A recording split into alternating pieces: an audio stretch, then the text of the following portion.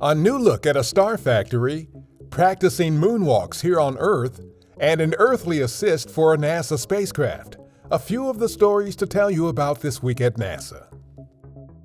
A new Webb Space Telescope image of the iconic Pillars of Creation, a star factory of sorts, is visually stunning and could help us better understand how stars form within clouds of gas and interstellar dust. An analog mission this month to practice lunar operations near Flagstaff, Arizona will provide crucial data for future Artemis moon missions. Learn more about analog missions at nasa.gov/analogs. Our Lucy spacecraft swung back by Earth on October 16th, exactly 1 year after its launch.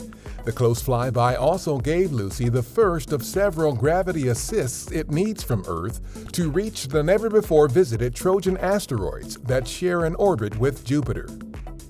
Lithium-ion battery packs installed in our all-electric X-57 Maxwell aircraft successfully powered the plane's motors. This important milestone brings the experimental plane a step closer to first flight. Former NASA astronaut Jim McDivitt, who commanded the Gemini 4 and Apollo 9 missions, died on October 13th. Jim McDivitt was 93 years old. That's what's up this week at NASA. For more on these and other stories, follow us on the web at nasa.gov/TWAN.